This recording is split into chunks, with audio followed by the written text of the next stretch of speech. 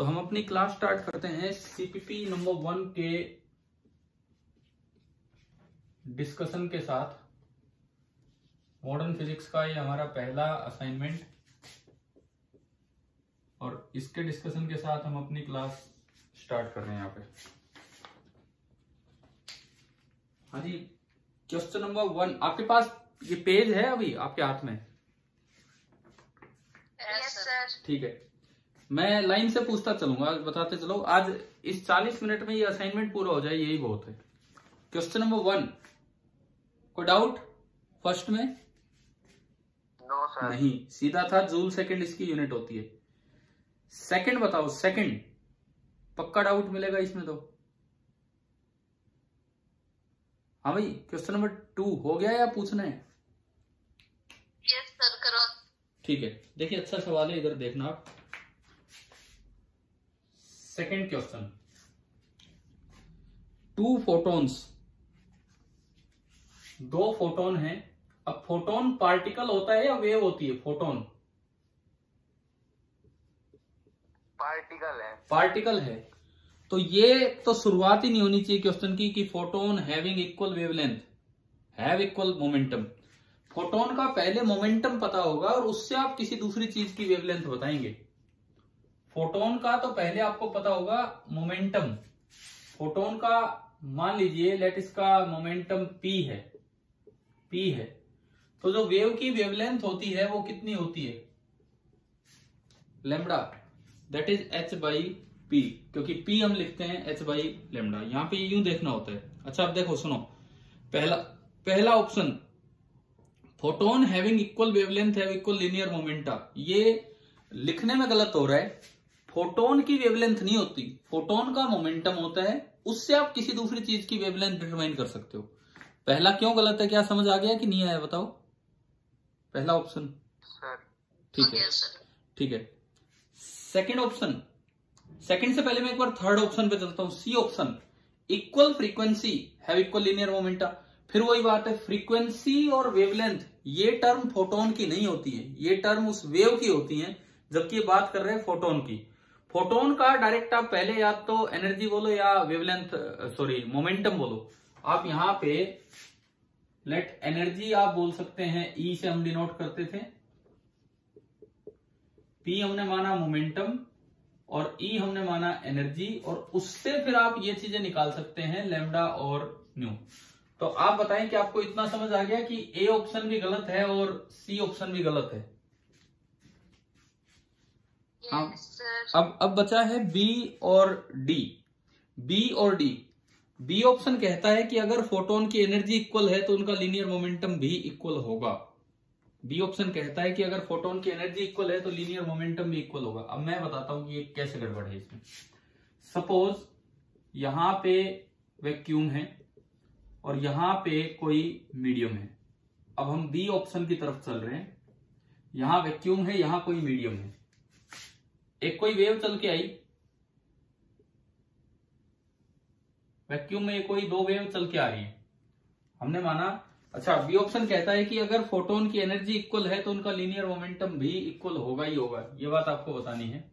देखते हैं, मान लो इस मीडियम में this is wave A, this is wave B, इसकी वेवलेंथ लैम्बडा, इसकी वेवलेंथ लैम्बडा, इसकी फ्रीक्वेंसी भी न्यू तो इसकी फ्रीक्वेंसी भी new.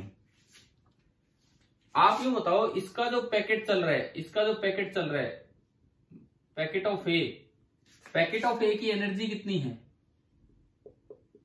h into nu. Packet of a का मोमेंटम कितना है? h by lambda. Packet of b अगर आप देखते हो, पैकेट ऑफ बी की एनर्जी कितनी? Same, h nu. Packet of b का मोमेंटम भी कितना होगा? h by lambda. अब आप ए का वो पार्ट देखिए, जब ये मीडियम में गया, आप ऑप्टिक्स पढ़ चुके हैं, तो ये टुवार्ड्स द मीडियम बेंड होगी वैक्यूम से इधर आने पे। जब कोई वेव दूसरे मीडियम में जाती है तो आपको पता होगा कि उसकी फ्रीक्वेंसी चेंज नहीं होती है, लेकिन उसकी वेवलेंथ और स्पीड चेंज हो जाती है। पता है कि नहीं बताओ? सर। तो यानी कि जब यहां आएगा तो इसकी स्पीड चेंज हो गई है, वेवलेंथ चेंज हो गई है और फ्रीक्वेंसी जो है वो पहले जितनी ही रहेगी, फ्रीक्वेंसी सेम रहेगी। अब देखो ये दूसरा पैकेट है, मैं इसको सी नाम दे रहा हूं, ए बी और ये सी पैकेट आ गया। पैकेट सी की एनर्जी कितनी है? पैकेट सी की एनर्जी एच न्यू, और पैकेट सी का मोमेंटम कितना है? Packet H by lambda dash. अब आप ए को और सी को कंपेयर करो, इस फोटोन को इस फोटोन से कंपेयर करो। ये दो फोटोन ऐसे हैं जिनकी एनर्जी तो क्या है? सेम है कि डिफरेंट है? सेम है, और लीनियर मोमेंटम डिफरेंट है। तो बी ऑप्शन गलत हो गया आपका। आया कि नहीं आया बताओ समझ? Yes sir. है ना? देखो अच्छा सवाल है, ढंग से समझो। इन दोनों को देख के हमें पता लगा कि जो आपका बी ऑप्शन है वो गलत है, क्योंकि सेम एनर्जी होने पे भी मोमेंटम डिफरेंट हो सकता है। P A is not equal to P C. हाँ जी, क्लियर है। चलो मैं अब एक चौथा ऑप्शन जो हमारा आंसर भी होगा, डी ऑप्शन। अगर इक्वल लिनियर मोमेंटम है तो उनकी वेवलेंथ तो 100% इक्वल होगी ही होगी। इसमें तो कोई सोचने की जरूरत नहीं पड़ेगी, क्योंकि लीनियर मोमेंटम का फॉर्मूला तो क्या होता है? h बाई लैम्डा, और h अपने आप में एक कांस्टेंट है। h अपने आप में एक कांस्टेंट है, यानी कि p हमेशा डायरेक्टली लैम्डा पे डिपेंड करेगा। p1 आपका होगा h बाई लैम्डा 1, p2 आपका होगा h बाई लैम्डा 2। अगर दोनों का लीनियर मोमेंटम इक्वल है, p1 is equal to p2, तो अपने आप यहां से आएगा कि lambda 1 is equal to lambda 2। तो इसमें जो बेस्ट पार्ट था वो बी पार्ट था, कि वो क्यों गलत है। तो आप बताओ क्या क्वेश्चन नंबर सेकंड आपको समझ आ गया कि नहीं आया? हाँ भाई, क्लियर है सेकंड? ठीक है, चलिए ठीक है आगे बढ़ते हैं। अच्छा सीपीपी है, ढंग से आपने अटेम्प्ट कर भी रखा होगा। मैं एक बार इसकी फोटो ले लेता हूँ, फिर उसके बाद हम आगे बढ़ते हैं।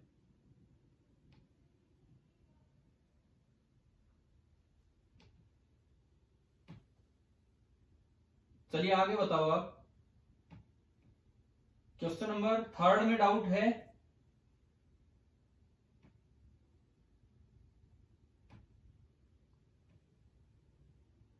अभी हमारे पार्टिसिपेंट्स हुए हैं 11, मतलब 2 और बढ़े हैं। चलो ये भी अच्छी बात है, धीरे धीरे बढ़ रहे हैं। 11 में से मतलब 9 बच्चे आ गए हैं, 2 अगर मैं मेरे वाले हटाऊं तो।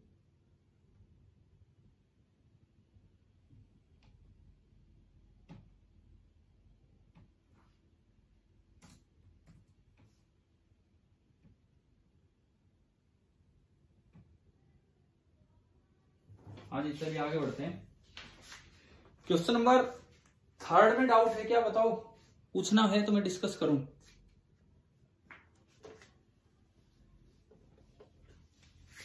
अरे बोलो आप। No sir. नहीं है। फोर्थ में कोई डाउट किसी को है? डाउट फोर्थ में? देखो जिसको डाउट हो वो बोल दिया कीजिए, ताकि हम हाँ जी ताज, फोर्थ बताऊं? क्वेश्चन नंबर 4 देखिए, 4 देख लीजिए। Let NR and NB be respectively the number of photons emitted by a red bulb and a blue bulb of equal power in a given time। देखो ये रेड बल्ब है और ये blue bulb है। Equal power in A given time.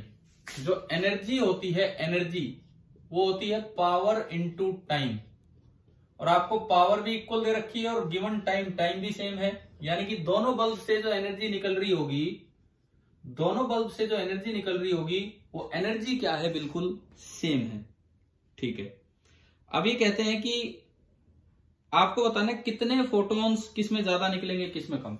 तो आप अगर अपना फ्रीक्वेंसी वाला ईएम स्पेक्ट्रम का डायग्राम देखें, इधर फ्रीक्वेंसी बढ़ती है, इधर वेवलेंथ बढ़ती है, तो हम याद करके रखते हैं कि ये इस तरह चलता है विबग्योर, है ना भाई? याद है ना हमें ये डायग्राम? तो यानी कि फ्रीक्वेंसी रेड की कम है वॉयलेट से, रेड की फ्रीक्वेंसी कम है वॉयलेट से। तो आप बताओ, रेड का एक पैकेट आएगा, उसकी एनर्जी, एक पैकेट रेड का आया, एनर्जी का फॉर्मूला एच न्यू होता है, तो एक पैकेट रेड का आया और एक पैकेट वॉयलेट का आया, तो रेड वाले की एनर्जी कम होगी कि नहीं होगी? होगी सर। है ना। अब बराबर एनर्जी निकलनी है। सपोज मैं कहूं कि ये है 1 इलेक्ट्रॉन वोल्ट और मैं कहूं कि ये है 2 इलेक्ट्रॉन वोल्ट, ये मैंने एक एग्जांपल ले लिया, और मैं कह रहा हूं कि जो एनर्जी निकल के आ रही है वो आ रही है 10 इलेक्ट्रॉन वोल्ट। 10 इलेक्ट्रॉन वोल्ट यहां आ रही है, 10 इलेक्ट्रॉन वोल्ट यहां आ रही है, और पावर सेम है, टाइम सेम है, तो बराबर एनर्जी निकलनी है। तो बताओ रेड के कितने पैकेट आए होंगे एक एक के? 10। यानी कि जो number of photons of red तो आए होंगे 10 इस एग्जांपल में, और ब्लू के कितने पैकेट आए होंगे? 5। तो number of packets of blue आए 5। तो किसके ज्यादा हो गया आप बताओ देख के? N red is greater than N blue. उतनी एनर्जी देने के लिए अगर कम एनर्जी के पैकेट है तो आपको नंबर ऑफ पैकेट्स बढ़ाने पड़ेंगे। हाँ भाई बताओ, समझ आया कि नहीं आया? आ गए सर। ठीक है, देखिए कुछ तो मजा आया होगा क्वेश्चन करने में। ऐसा नहीं था कि न्यूमेरिकल थे, ऐसा था आपके कॉन्सेप्ट चेक हो रहे थे कि आपने कितना ध्यान से फोटो इलेक्ट्रिक इफेक्ट सीखा है। चलो इससे आगे हम बढ़ते हैं, 2 मिनट।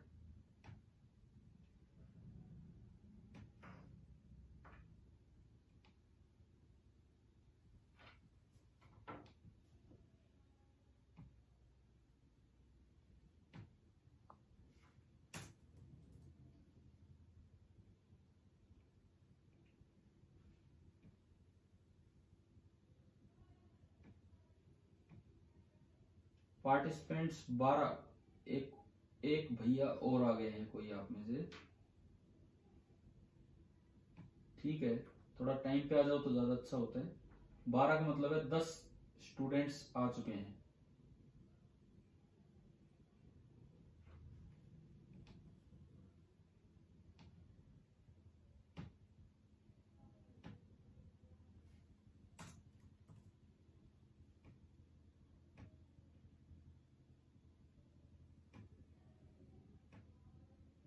चलो आगे चलो, ये आपका हुआ क्वेश्चन नंबर 4।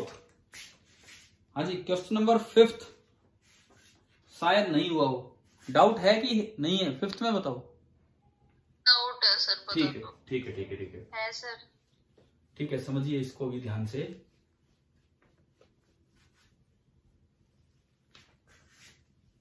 मुझे बस ये बताओ, आपको ये असाइनमेंट करने में कुछ मजा आया कि नहीं आया? क्वेश्चंस में कुछ इंटरेस्ट बन रहा था?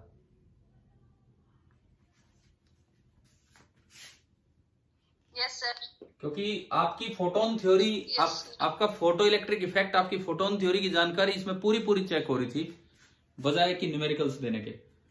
देखिए क्वेश्चन नंबर 5 सुनो। E बराबर PC एक रिलेशन लिखा है, तो मैं आपको बताता हूं कि एक बार तो मैं ले रहा हूं मासलेस पार्टिकल,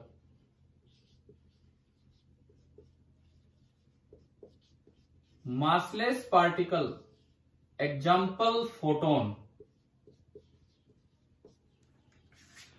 इन्होंने लिखा है कि क्या इसके लिए रिलेशन वैलिड है इक्वल टू पीसी। पहले तो इसके लिए चेक करते हैं, फिर मास वाले पे चलेंगे। पहले मासलेस के लिए चेक करते हैं। देखो एक पैकेट जब चलता है, फोटोन जब चलता है, तो हम लिखते हैं कि उसकी पी की वैल्यू होती है h बाई लैम्डा, और उसकी एनर्जी होती है h न्यू, और लैम्डा हुआ करता है c बाई न्यू। क्या ये तीनों फॉर्मूले हमने पढ़ रखे हैं? ठीक है, तो हम अगर E को आगे बढ़ाएं, E बराबर h न्यू, न्यू यहां से क्या लिखा जा सकता है? न्यू की वैल्यू c बाई लैम्डा। इसको ऐसे लिख लो h by lambda into C, और h बाई लैम्डा क्या होता है? h by lambda p। तो आपका रिलेशन आ गया E is equal to P C. पहली बात बताओ, क्या मासलेस पार्टिकल के लिए समझ आया कि नहीं आया? यानी कि this relation is valid for a massless particle. Massless particle मतलब जिसका रेस्ट मास होगा 0। अब मैं आपको एक अलग से जानकारी दे रहा हूं कि for the particles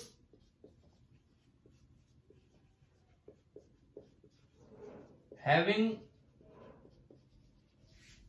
rest mass non zero, ये रिलेटिविस्टिक फिजिक्स से फॉर्मूला आता है, आइंस्टाइन की रिलेटिविस्टिक फिजिक्स जो होती है वहां से, ई उस पार्टिकल की जो एनर्जी होती है उसका फॉर्मूला हुआ करता है under root of p c का square plus m not into c square का होल स्क्वायर। ये उन पार्टिकल्स के लिए है जिनका रेस्ट मास नॉन जीरो है, where m not is the rest mass of the particle. अच्छा अब बताओ आप, इसमें अगर मैं एम नॉट जीरो रख दूं तो क्या ये इधर वाला फॉर्मूला आ रहा है? समझ गए हो? तो ये इधर वाला फॉर्मूला तो एक स्पेशल केस बन गया है। ये फॉर्मूला हमें इस चैप्टर में डेराइव नहीं करना, ये रिलेटिविस्टिक फिजिक्स का है, ये हमारी चल रही है क्वांटम, बट फिर भी हमें पता होना चाहिए कि यहां क्या रिलेशन है और असल में किसी और पार्टिकल के लिए क्या होगा। तो मुझे लगता है कि क्वेश्चन नंबर 5 के साथ जो जानकारी मैंने दी है अपने नोट्स में आप ऐड करें और शायद आपको ये क्लियर हो गया होगा। मैं इससे आगे बढ़ता हूं अभी।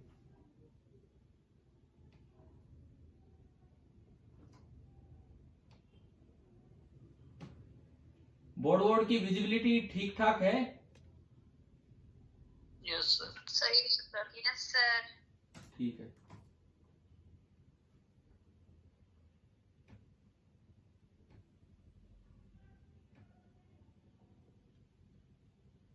पार्टिसिपेंट 12 मतलब 10 बच्चे, 50% क्लास है यार, 50%।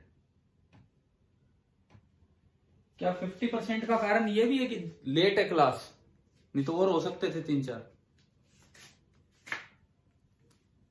या इतने ही रहते हैं?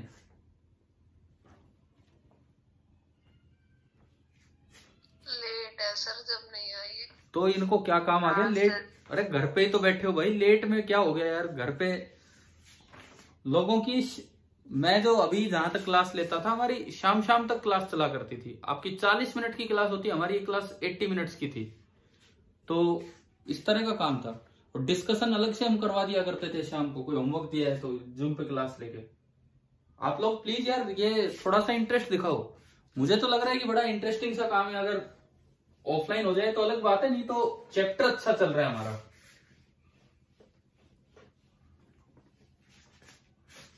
नेक्स्ट क्वेश्चन नंबर ये हमारा हो गया 5th।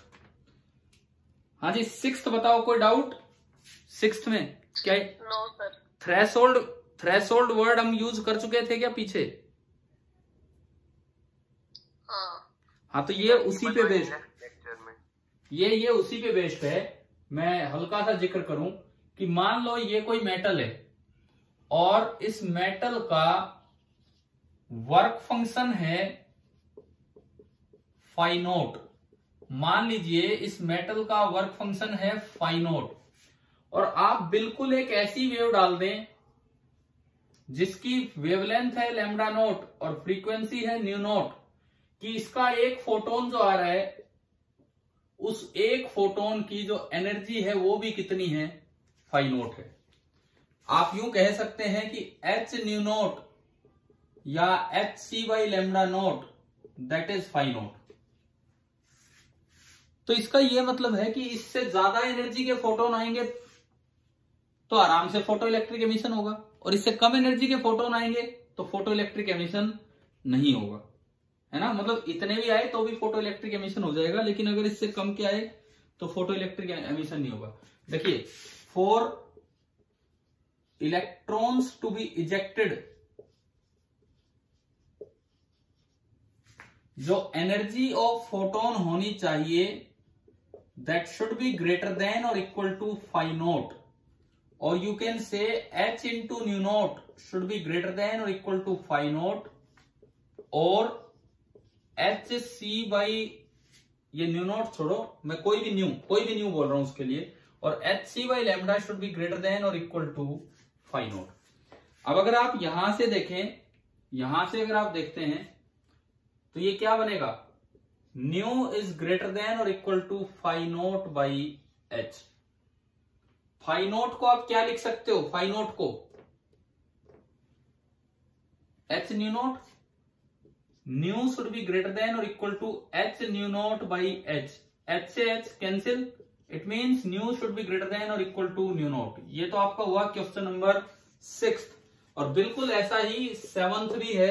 7th को अगर आप यहां से बढ़ाएं, यहां से H C by lambda should be greater than और इक्वल टू फाई नोट की जो वैल्यू है, phi not H C by lambda not. H सी पॉजिटिव है, पॉजिटिव पॉजिटिव कटने पे साइन चेंज नहीं होता है। 1 by lambda is greater than 1 by lambda not. और अब अगर आप रेसिप्रोकल लोगे तो इनइक्वालिटी का साइन चेंज होगा। ये शायद आपका क्वेश्चन नंबर 7 है और ये शायद आपका क्वेश्चन नंबर 6 है।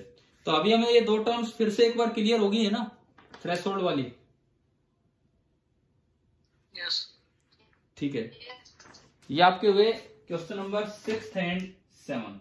अभी हम इससे आगे बढ़ते हैं, 2 मिनट। सर हाँ बोलो।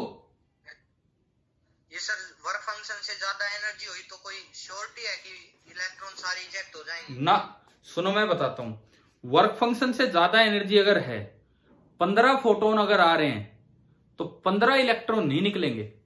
ये श्योरिटी नहीं है कि हर फोटोन से इलेक्ट्रॉन निकलेगा, लेकिन ये है कि कोई ना कोई फोटोन तो जरूर इलेक्ट्रॉन निकलवा देगा। बिकॉज कुछ फोटोन तो इलेक्ट्रॉन निकालने के काम में इन्वॉल्व हो जाते हैं, कुछ और भी पर्पज अपना करने लग जाते हैं वहां पे। ये हम आगे अभी जो हमारी कुछ और क्लासेस बची उसमें आएगा भी, या फिर डिस्कशन में आ जाएगा ये पॉइंट। समझ आया? Yes sir.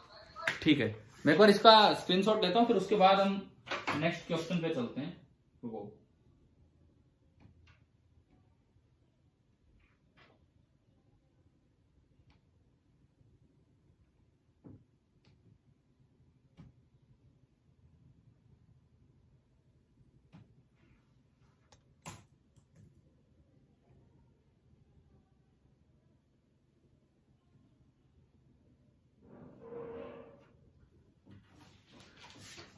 मैंने आज आपके ग्रुप पे एक मैसेज किया था कि एनडीए के फॉर्म भरने की कल लास्ट डेट है। पढ़ा आपने वो मैसेज? Yes sir. यार पूरी क्लास भरिए भाई। Yes sir. पूरी क्लास भरिए, हम थोड़ा सा एफर्ट करेंगे तो हमारा रिटर्न क्लियर होगा, तभी तो एसएसबी की तरफ मूड बनेगा। आप एक बार भरिए, मैं आपके लिए कुछ टेस्ट भी अरेंज करूंगा। और ठीक है, उसमें कुछ पार्ट फिजिक्स का आता है, ज्यादा मैथ्स आता है, लेकिन आप मूड बनाएंगे तभी तो तैयारी होगी ना। ठीक है, सभी को भर लेना है ये फॉर्म। Okay sir. चलिए क्वेश्चन नंबर 8 पे हम चलते हैं। हाँ जी भाई बताओ, ये भी नहीं हुआ होगा, क्या हो रहा है इसमें, क्या नहीं हो रहा है। चलिए 8th में डिस्कस करूं।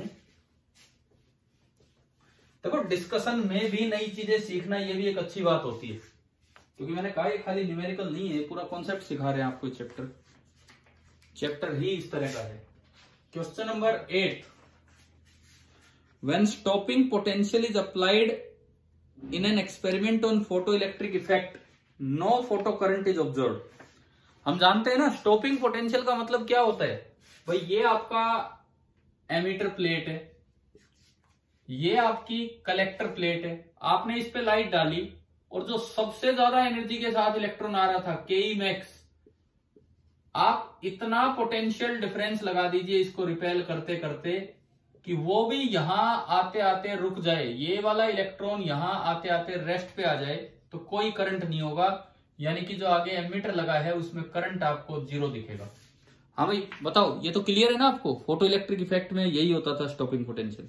ठीक है, दिस मीन्स दैट, ये कह रहे हैं अगर आपने स्टॉपिंग पोटेंशियल लगाया है तो इसका क्या मतलब है। पहला, क्या अब इलेक्ट्रॉन निकल ही नहीं रहे हैं? क्या यहां से निकल ही नहीं रहे हैं क्या इलेक्ट्रॉन? निकल रहे हैं। कोई कम एनर्जी वाला था वो जल्दी रुक लिया, और कम एनर्जी वाला था वो और जल्दी रुक गया, ज्यादा एनर्जी वाला था थोड़ी आगे तक गया, और सबसे ज्यादा एनर्जी वाला यहां तक रुका। ये एक बार रुकते हैं, एक बार ये सारे रुकेंगे। अच्छा ये सुनो, ये पॉजिटिव ये नेगेटिव, आप इस तरह से डिसेलरेटिंग वोल्टेज लगाते हो तो एक इलेक्ट्रिक फील्ड जरूर आपने लगा दिया है यहां। कहां से कहां? पॉजिटिव से नेगेटिव की तरफ। और इलेक्ट्रॉन पे फोर्स किधर लगता है? फील्ड की डायरेक्शन में कि फील्ड से अपोजिट? अपोजिट। तभी तो रुक रहे हैं ये जाना उधर चाह रहे थे लेकिन फोर्स अपोजिट लगा, तभी तो रुके हैं। अच्छा, पहला ऑप्शन तो गलत हो गया। ठीक है, दूसरा option, the photo electrons are emitted but are reabsorbed by the emitter plate. देखते हैं, यूं बताओ, ये रुक गया है यहाँ पे, ये रुक गया, रुकने के बाद क्या इस पे फोर्स नहीं लग रहा है? ये लग रहा है इलेक्ट्रिक फील्ड, लगेगा ना। तो उस फोर्स की वजह से ये एक बार रुका होगा और ये वापस आ जाएगा अपनी प्लेट में, ये रुका होगा, ये वापस आ जाएगा अपनी प्लेट में, ये रुका होगा, ये भी वापस आ जाएगा, और ये यहां से वापस आ जाएगा। तो बताओ क्या सारे के सारे इलेक्ट्रॉन्स का हो क्या रहा है? उस फोर्स के कारण, मैंने आपको जो पढ़ाया जानबूझ के पॉइंट इसलिए नहीं बताया कि ये सवाल आना था, तो आप इसमें दिमाग लगाओ, नहीं तो बताने के बाद तो ये कुछ क्वेश्चन ही नहीं बचते। तो अभी बताओ, अभी हो गया क्वेश्चन नंबर 8? Yes sir. कि भाई आप जब भी डिसेलरेटिंग वोल्टेज लगाएंगे तो इलेक्ट्रॉन्स आर रीएब्जॉर्ब, ये होगा। क्वेश्चन नंबर 8 ने हमें ये सिखाया। 9th बताओ, 9th क्या हमने 10th अभी तक किसी लेक्चर में डिस्कस किया है या नहीं किया? 10th वाला बताना। मैं क्या क्वेश्चन नंबर 10th करवा चुका हूं क्या आपको? एक बार ये बताओ मुझे। मुझे सुनाई नहीं दिया, अगर आप कुछ बोले तो क्या क्वेश्चन नंबर 10th हम डिस्कस कर चुके हैं? सेम तो नहीं किया है सर। सेम नहीं किया है तो 9th और 10th दोनों एक जैसे हैं, आप फटाफट देखें और समझे। देखो 10th क्या कहता है, पहले मैं उस पर आता हूं। The frequency and intensity of light source are both doubled. आपने क्या किया, फ्रीक्वेंसी भी डबल कर दी और इंटेंसिटी भी। एक अच्छा समझने लायक सवाल है, इसको समझिए आप। पहले यहां से लाइट आ रही थी, पहले यहां से लाइट आ रही थी, उसकी इंटेंसिटी आई थी, मैं इसके अंदर लिखता हूं, उसकी इंटेंसिटी आई थी और उसकी फ्रीक्वेंसी न्यू थी। अब यहां से लाइट आ रही है, उसकी इंटेंसिटी भी 2i हो गई है और उसकी फ्रीक्वेंसी भी कितनी हो गई है? 2 न्यू। 2i और 2 न्यू, मतलब अभी तक का सबसे अच्छा सवाल है। आप इधर देखिए अब ध्यान से, इंटेंसिटी फ्रीक्वेंसी दोनों हमने लिख दी इस तरीके से, ठीक है। अब देखो नंबर ऑफ पैकेट्स जो होगा ना, कितने नंबर ऑफ फोटॉन्स आ रहे हैं, उस पर डिपेंड करता है सैचुरेशन करंट। और जो मैक्सिमम एनर्जी है, मैक्सिमम एनर्जी वो आपकी डिपेंड करती है न्यू पे। कैसे बताता हूं आपको। यहां पे जो एक पैकेट आया था उसकी एनर्जी h न्यू थी, h न्यू, और यहां पे जो एक पैकेट आएगा उसकी एनर्जी बताओ कितनी होगी? एक पैकेट की energy 2h nu, double energy आई, फोटोन की एनर्जी है ये, फोटोन की। तो अगर मैं बी ऑप्शन, सॉरी ए और बी दो स्टेटमेंट लिखी है, बी स्टेटमेंट देखो, maximum kinetic energy of photo electron is doubled. एक तो ये मेटल पे डाली, एक ये मेटल पे डाली, इसमें से भी इलेक्ट्रॉन निकले और इसमें से भी इलेक्ट्रॉन निकले। केई मैक्स, क्या फॉर्मूला होता था केई मैक्स का? केई मैक्स का एक फॉर्मूला तो होता था E इंटू वी नोट, ठीक है। h new. दूसरा फॉर्मूला मैं बताता हूं जो आइंस्टीन ने बताया था, h nu minus phi not. मुझे एक बार फिर से आप बताओ, क्या हम आइंस्टीन फोटो इलेक्ट्रिक इक्वेशन वाला टॉपिक पढ़ चुके हैं कि होना है वो? बताइए प्लीज, क्या ये टॉपिक बचा हुआ है कि हो चुका है? आइंस्टीन फोटो इलेक्ट्रिक इक्वेशन नहीं, थोड़ा बहुत नहीं, एक काम करेंगे, ये क्वेश्चन नंबर 9th और 10th और ये आइंस्टीन की इक्वेशन ये हम लेते हैं नेक्स्ट क्लास में, अगली क्लास में। अभी तो लास्ट कुछ मिनट्स चल रहे हैं, ये वाला सारा पार्ट, ताकि कल नई क्लास होगी, बच्चे भी पूरे होंगे, थोड़े ज्यादा होंगे, तो ये वाला पार्ट हम उस क्लास में ले लेंगे, ठीक है। वैसे मैं आपको हिंट दे रहा हूं, आप 9th और 10th दोनों सवाल इससे ट्राई कीजिए। इस इक्वेशन को बोला करते हैं हम आइंस्टीन फोटो इलेक्ट्रिक इक्वेशन। इसको कल की क्लास में एक्सप्लेन करते हैं, कल समझते हैं हम ये। 9th और 10th करेंगे आप ट्राई, ठीक है। और सुनो 11th के लिए मैं आपको हिंट देता हूं। अब मैं पूरा पूरा सवाल ना लेके आगे जरा जरा सा हिंट दे रहा हूं। क्वेश्चन नंबर जो आपका 11th है, 11th आप ईएम वेव वाले चैप्टर में एक चीज पढ़ते हैं कि intensity of a point source, intensity of a point source is dependent on 1/r square। एक बल्ब है, एक पॉइंट सोर्स है, मैं उसको r डिस्टेंस दूर कर दूं, मतलब सॉरी पहले कुछ दूरी पे था, मैं उसको डबल दूरी पे ले जाऊं तो इंटेंसिटी 1/4 हो जाएगी। लेकिन आने वाले पैकेट की फ्रीक्वेंसी चेंज नहीं होगी, और फ्रीक्वेंसी चेंज नहीं होगी तो के मैक्स चेंज नहीं होगा। उसके अकॉर्डिंग आपको देखना है सवाल नंबर 11। सवाल नंबर 12 भी इसी पे बेस्ड है, इसी पे कि इंटेंसिटी ऑफ अ पॉइंट। क्या आपने ईएम वेव चैप्टर में ये पॉइंट पढ़ा है क्या, ये वाली बात ईएम वेव वाले चैप्टर में, इलेक्ट्रोमैग्नेटिक वेव वाले चैप्टर में? बताओ मुझे।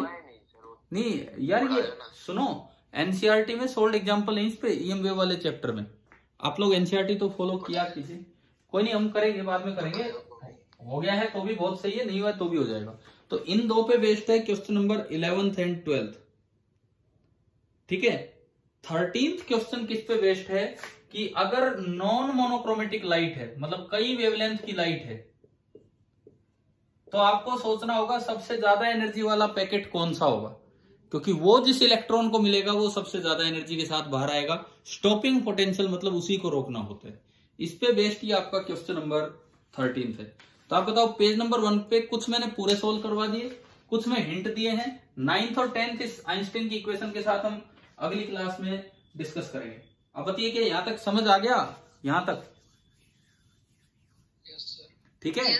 ये जो लास्ट के है ना, हाँ जी सर, ये 10th क्वेश्चन में आपने एक बार बताया था कि अगर इंटेंसिटी बढ़ाएंगे तो नंबर ऑफ इलेक्ट्रॉन्स बढ़ेंगे, एनर्जी नहीं बढ़ेगी ना।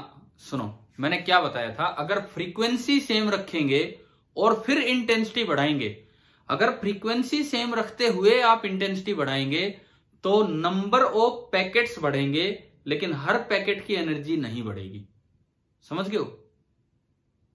Yes sir. अगर एक्सपेरिमेंटल बात करें तो वहां इलेक्ट्रॉन पे चली जाएगी। अगली क्लास की जो शुरुआत होगी ना हमारी, हम इसी चीज के साथ ही कर रहे होंगे। मैं एक बार इसकी एक फोटो और ले लेता हूं आपके लिए।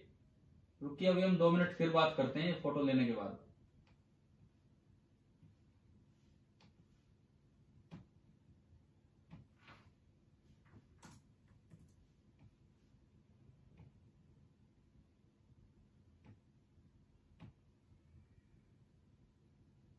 इस समय पार्टिसिपेंट्स हैं 13, मतलब लास्ट तक कुल मिला के 11 बच्चे थे जो क्लास अटेंड कर रहे थे।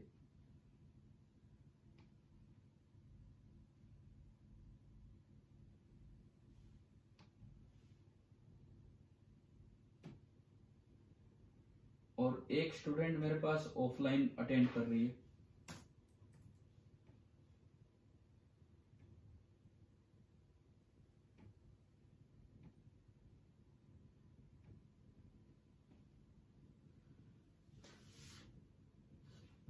हाँ जी, आखिरी 3 मिनट बचे हैं, तब मैं अब बस कुछ बात आपसे कर रहा हूं, उसके बाद पढ़ाई की तो और फिर हो जाएगा।